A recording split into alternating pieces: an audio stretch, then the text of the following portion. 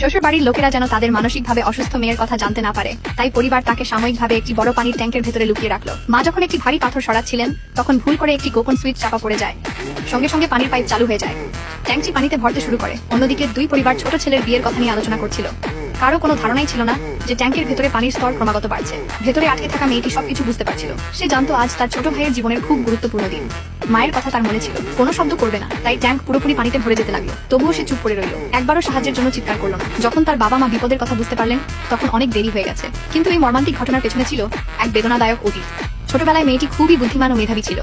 একদিন তার ছোট ভাই একটি ভাঙাচোরা ভবনের ভিতরে আটকে পড়ে। ঠিক তখনই ওপর থেকে ভারী ধ্বংসাবশেষ ভেঙে পড়তে শুরু করে। বড় বোন নিজের শরীর দিয়ে ভাইকে ঢেকে দেয় এবং সমস্ত আঘাত নিজে সহ্য করে। উদ্ধারকারীরা পৌঁছালে সে অনুরোধ করে বলেছিল, আগে আমার ছোট ভাইকে বাঁচান। সেই দুর্ঘটনার পর তার মানসিক বিকাশ চিরদিনের জন্য শিশুর মতো হয়ে যায়। পাশাপাশি সে আজীবনের জন্য ফুসফুসের গুরুতর রোগে আক্রান্ত হয়। সহজ কথায়, বড় বোনটি নিজের পুরো জীবনটাই ভাইয়ের জন্য উৎসর্গ করে দিয়েছিল। সময় কেটে গেল। সে এক